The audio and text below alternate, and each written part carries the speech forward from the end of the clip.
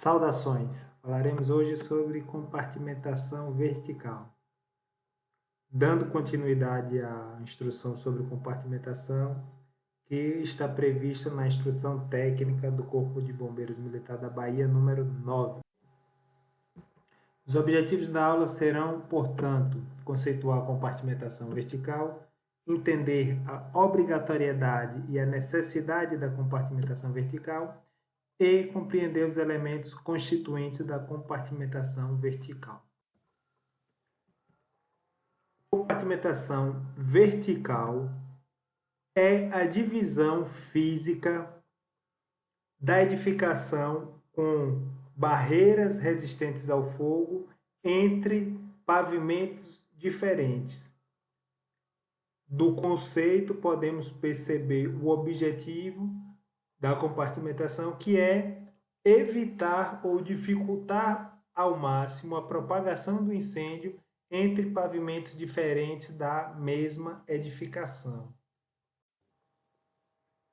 A compartimentação vertical é obrigatória sempre que o decreto exigir, sempre que as tabelas do decreto exigirem a compartimentação vertical em razão da ocupação, área e altura da edificação. E, além disso, além da obrigatoriedade de constar no decreto, para saber se realmente a compartimentação será.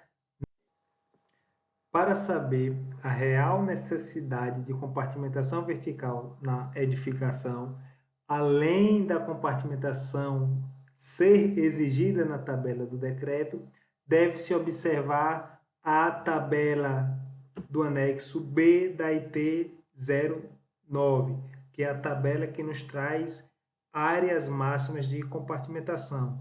Entretanto, diferente da compartimentação horizontal, neste caso, a área a ser considerada para fins de área máxima de compartimentação é a soma das áreas dos pavimentos entre os quais não existe a compartimentação. A IT dispõe que a inexistência ou quebra de compartimentação vertical implica no somatório das áreas dos pavimentos para fins de cálculo da área máxima compartimentada. A quebra da compartimentação seria o não funcionamento de algum elemento de compartimentação. Então, caso haja a quebra da compartimentação ou não exista a compartimentação entre dois pavimentos, a área desses dois pavimentos será somada para fins de verificação da área máxima de compartimentação.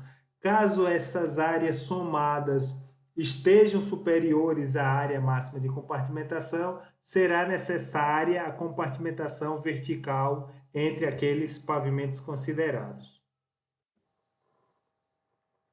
A compartimentação vertical, ela pode ser exterior ou pode ser interior. A compartimentação vertical exterior visa evitar ou dificultar ao máximo a propagação do incêndio através das aberturas existentes na fachada, entre pavimentos consecutivos no sentido ascendente. Então, a compartimentação vertical exterior deve ser feita através de elemento corta-fogo na fachada que separe a abertura dos pavimentos consecutivos. E esses elementos são vigas e ou parapeitos ou o prolongamento dos entrepisos, além do alinhamento da fachada. Veremos cada um destes a seguir. Em primeiro lugar, vejamos como pode ocorrer a propagação do incêndio através da fachada. Sabemos que os produtos oriundos da combustão, principalmente a fumaça, em razão do gradiente de densidade desses produtos com o ar, esses produtos irão subir, a fumaça irá subir. A fumaça possuirá o movimento ascendente. Sendo assim, esse movimento ascendente, caso a fumaça e esses produtos saiam da fachada da edificação, continuem subindo pela fachada da edificação, caso no pavimento imediatamente superior possua aberturas desprotegidas, essa fumaça pode invadir esse pavimento e, como a fumaça ela é inflamável, ela pode propagar o incêndio também para o pavimento imediatamente superior. Desta forma, como os senhores podem verificar na imagem. Como vimos, a compartimentação vertical exterior pode ser feita através de dois modelos de proteção. O primeiro modelo é aquele em que a compartimentação vertical será feita pela composição entre a viga e o parapeito. Nesse sentido, a junção da viga e do parapeito deve possuir uma altura mínima de 1,20 m. Ou seja, nesse caso, as vigas e os parapeitos devem apresentar altura mínima de 1,20 m, separando as aberturas dos pavimentos, conforme a figura que estamos analisando. Outra figura para ficar mais claro, a separação entre as aberturas, composta através das vigas e dos parapeitos, deve possuir uma altura mínima de 1,20 m. Caso não seja possível a composição viga-parapeito com o mínimo de 1,20 m, nesse caso a IT permite outro modelo, e este modelo é a utilização de abas, ou seja, o prolongamento dos entrepisos por 90 centímetros além do alinhamento da fachada.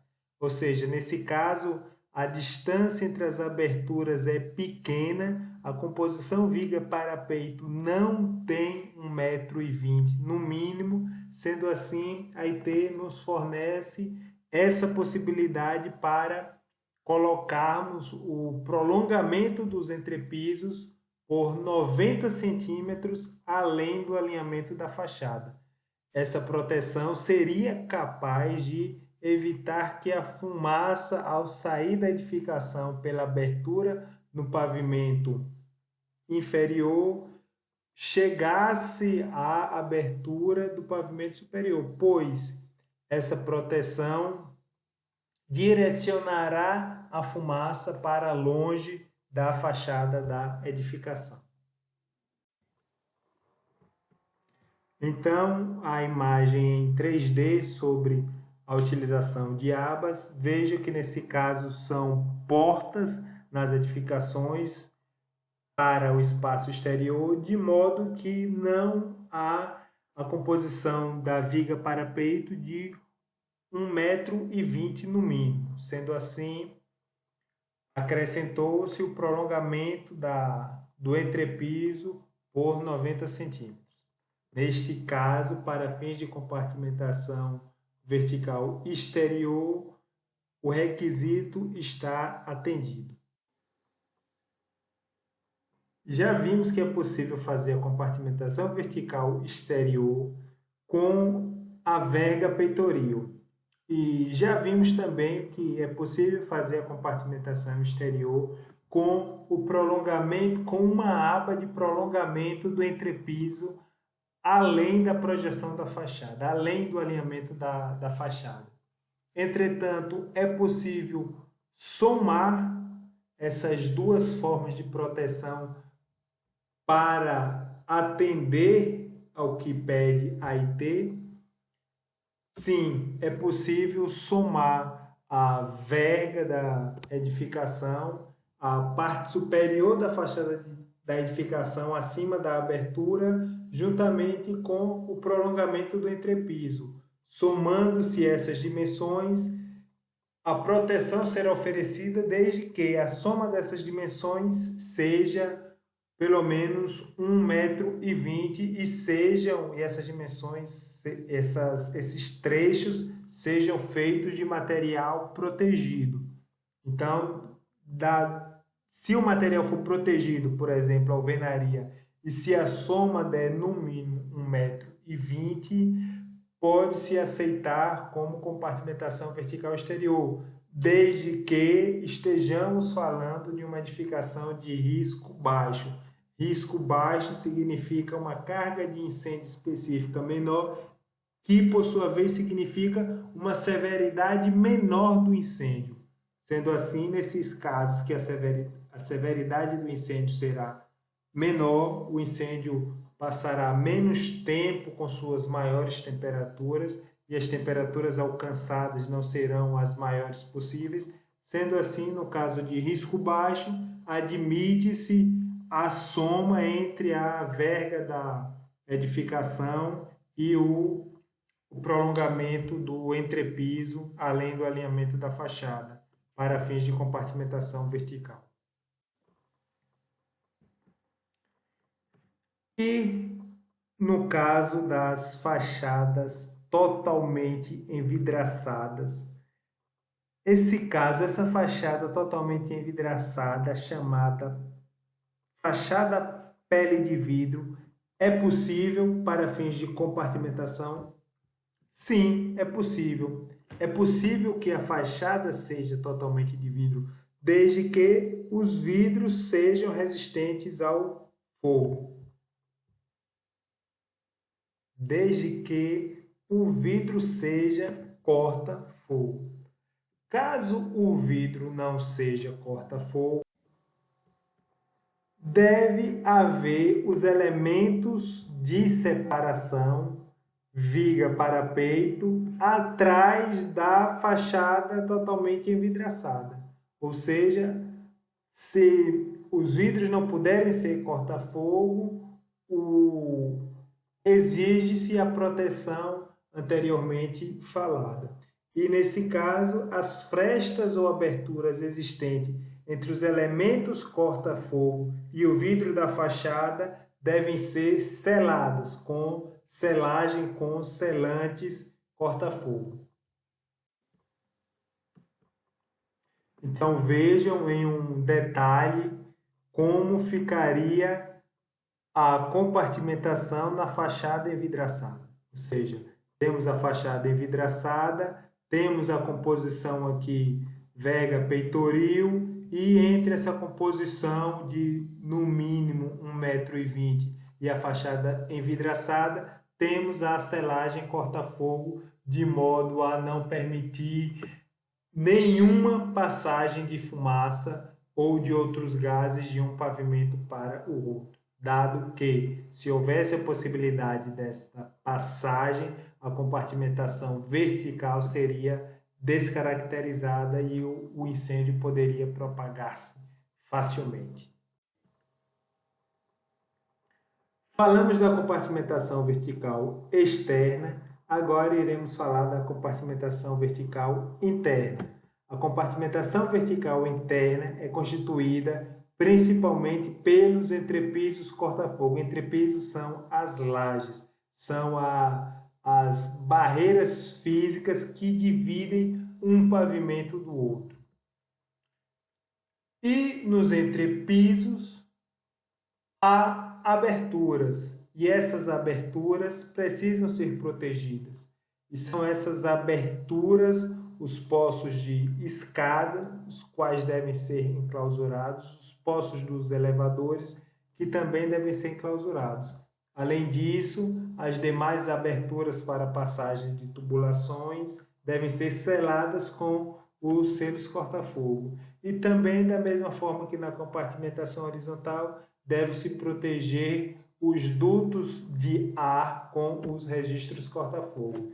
E como uma novidade da compartimentação vertical interna, admite-se, em alguns casos, a proteção através de cortina corta-fogo. Falaremos, portanto, primeiramente dos entrepisos corta-fogo, das lajes. Lembrando que um elemento corta-fogo é o elemento que possui as características de resistência mecânica, estanqueidade à fumaça e isolamento térmico durante determinado tempo. Falando em elementos brutos, deve-se consultar as tabelas da IT08, a IT que fala sobre resistência ao fogo, para perceber se os elementos brutos possuem a resistência corta-fogo durante os tempos de resistência ao fogo especificados em cada norma. Então, a compartimentação vertical interna ela é feita principalmente através das lajes corta-fogo. Então, aqui podemos ver na foto essas lajes, esses entrepisos. Dessa forma, essas lajes devem ser construídas de concreto armado ou algum outro material que garanta a separação física entre os pavimentos e também garanta a resistência ao fogo, o tempo requerido de resistência ao fogo previsto na IT8 ou outro previsto em IT específico.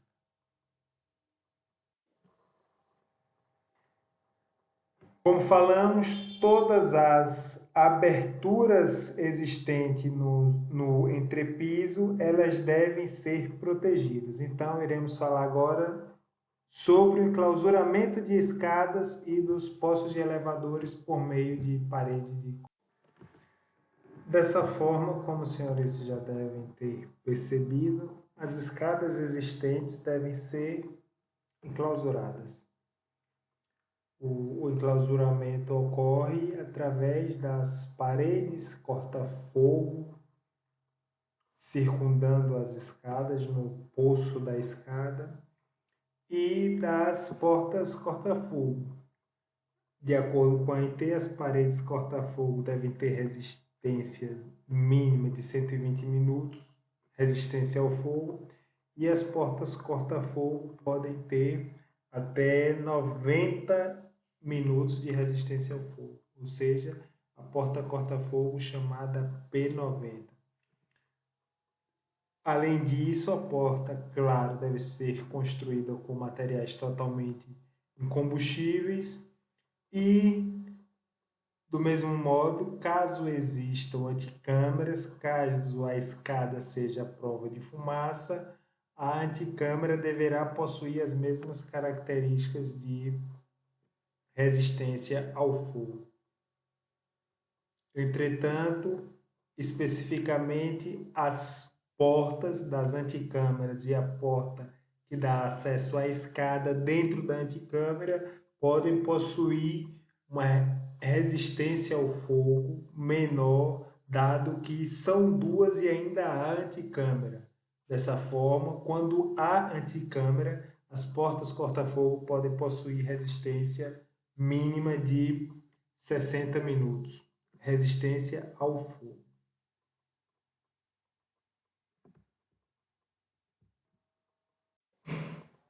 Outra abertura vertical que comunica pavimentos, comumente existente nos edifícios, é o poço dos elevadores.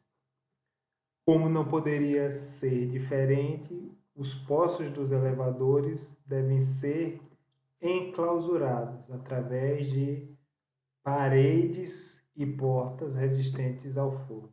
Exclusivamente nesses casos, as portas podem ser para-chamas com tempo de resistência ao fogo de 30 minutos. Ou seja, nesse caso, no caso dos elevadores, não é obrigatório que a porta seja corta-fogo. Nesse caso, a porta pode ser apenas uma porta para-chamas com a resistência de 30 minutos.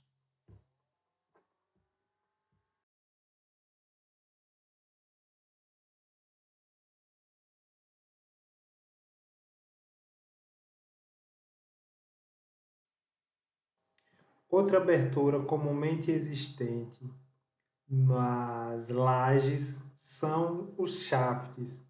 Os shafts são canais embutidos nas colunas ou nas vigas para a passagem de fiações e tubulações no sentido ascendente. Ou seja, são aberturas localizadas nas lajes, no mesmo alinhamento vertical, em todas as lajes, no mesmo alinhamento vertical, com o escopo de passagem destas instalações. Sendo assim, os shafts constituem mais uma abertura nos entrepisos e, portanto, devem ser vedados. Então, como já foi falado na aula passada referente à compartimentação horizontal, quaisquer aberturas existentes nos entrepisos que permitam a comunicação direta entre diferentes pavimentos devem ser seladas, de forma a promover uma vedação completa contra o fogo.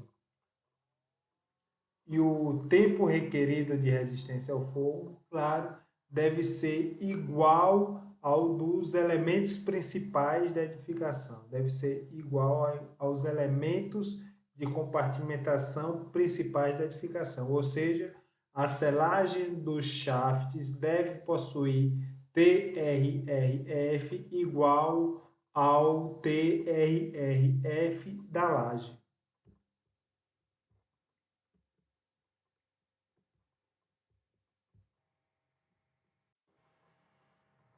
Lembrando que, da mesma forma que ocorre na compartimentação horizontal, na compartimentação vertical interna, os tubos com diâmetro superior a 40 milímetros, ou seja, a tubulação maior de 4 centímetros, um tubo maior de 4 centímetros, deve receber uma selagem perimetral que seja capaz de vedar a abertura ocasionada pela destruição do tubo, dado que o fogo irá destruir a parte do tubo exposta ao calor.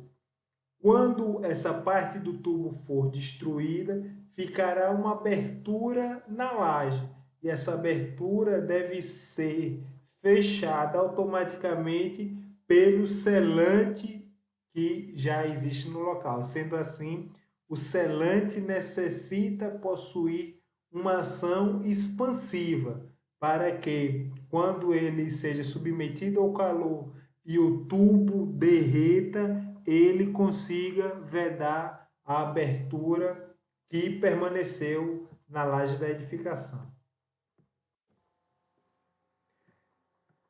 Agora vamos falar dos registros corta-fogo. Já falamos sobre os registros corta-fogo na parte de compartimentação horizontal, mas não custa repetir e ressaltar a importância. Os registros corta-fogo são dispositivos que são colocados nos dutos de ventilação. Os dutos de ventilação são os dutos de ar-condicionado ou os dutos de exaustão. Sendo assim, quando os dutos atravessam os entrepisos, eles devem possuir registro corta-fogo devidamente ancorados aos entrepisos. Além disso, além de possuir o damper, quando o duto de ventilação atravessar um entrepiso, esse duto de ventilação também precisa possuir selagem ao redor dele. Esse duto de ventilação precisa receber uma selagem perimetral. Lembrando que a posição normal do fechamento do registro corta-fogo é a posição aberta. Como nós podemos perceber aqui, o registro corta-fogo geralmente é constituído por placas metálicas e no centro dele tem um elemento termoisolante, que é um elemento resistente ao calor e que será responsável por impedir a passagem do calor ou da fumaça por este duto de ventilação. Dessa forma, A posição normal é a posição aberta e o registro corta-fogo deve ser acionado pelo sistema de detecção de fumaça da edificação. Sendo assim, a central do sistema de detecção de fumaça, quando perceber a ocorrência de um eventual incêndio, deve enviar o comando imediatamente para o duto para que esse elemento termoisolante adquira a posição fechada. Estando fechado, ele fará a vedação e não permitirá a passagem do calor pelo duto de ventilação. Sendo assim, não permite a passagem do calor ou da fumaça de um ambiente para o outro. Além disso, relembrando que a falha no sistema de segurança deve sempre resultar na posição de segurança. Sendo assim, a posição normal do damper, posição normal do fechamento do damper é uma posição aberta. Entretanto, caso o sistema falhe, caso o sistema entre em pane, caso falte energia elétrica para fazer esse controle, o damper imediatamente se fechará. Além disso, lembrando que o damper deve ficar ancorado à parede corta-fogo.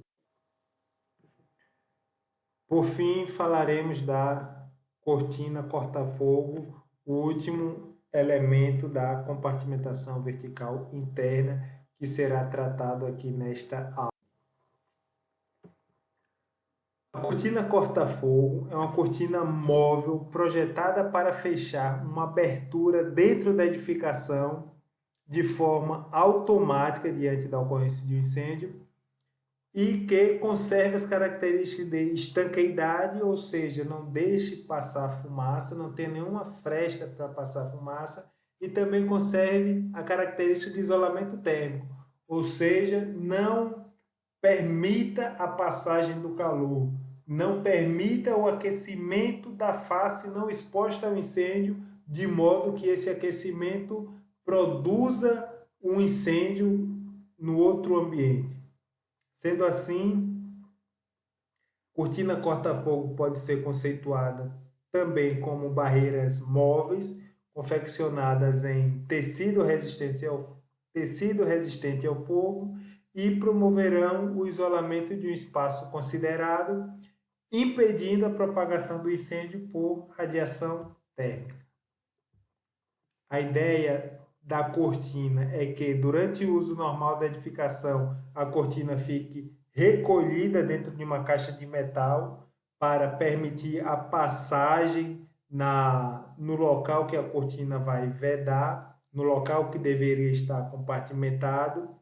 E, no caso de um eventual incêndio, a cortina seria acionada e executaria o fechamento deste espaço que deveria ser compartimentado. Sendo assim, a grande vantagem da cortina corta-fogo é que ela permite que o vão esteja livre para circulação. Não compromete, e isto não compromete a compartimentação da edificação, dado que, no eventual incêndio, esse vão será fechado. Agora, a cortina corta-fogo só poderá ser utilizada na compartimentação vertical horizontal de edificações que possuam sprinklers e para interligar até 2 pavimentos consecutivos. Além disso, pode-se fazer a cortina corta-fogo, especificamente no caso de compartimentação horizontal, quando essa compartimentação deve existir entre a parte já existente da edificação e uma parte que será ampliada. Entretanto, nesse caso, é necessário o aval de uma comissão técnica formada para analisar o caso específico. Além disso, o fechamento da cortina não deve oferecer nenhum tipo de risco às pessoas e não pode haver nenhum tipo de material combustível próximo à cortina, dado que isso também descaracterizaria a proteção. Claro, em uma edificação na qual exista cortina corta-fogo, os brigadistas da edificação deverão receber treinamento apropriado, técnico, para lidar com essa cortina.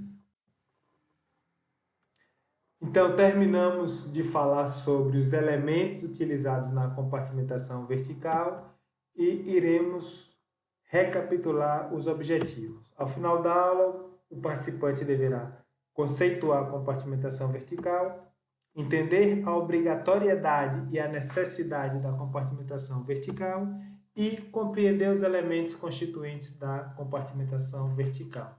Espero que esses objetivos tenham sido alcançados e aguardo as dúvidas no ambiente apropriado para isso. Aqui são as referências utilizadas e aqui o agradecimento. Lembrando que existem soluções para evitar tragédias. E essas soluções são dadas em grande parte pela compartimentação e pelo isolamento de risco. Sendo assim, não ignore a compartimentação e não ignore o isolamento de risco. Como seriam os grandes incêndios caso o incêndio ficasse restrito ao ambiente de origem? A história poderia ser outra, as vidas poderiam ser salvas. Então, sob todos os aspectos, inclusive para criar condições melhores de combate ao fogo, a compartimentação e o isolamento de risco se mostram como soluções excelentes, pois são eficazes, são simples e são econômicas. Em razão, a compartimentação, eu arrisco a dizer que a compartimentação é a medida que provoca o melhor custo-benefício para a edificação no que se refere à segurança contra incêndio. Então, a compartimentação e o isolamento de risco não podem ser desconsiderados. Então, muito obrigado. Vidas são salvas na fase do projeto, na fase de execução do projeto e na fase de análise do projeto. Então, analisar do projeto também é salvar vidas. Vidas alheias, riqueza salvar. Muito obrigado.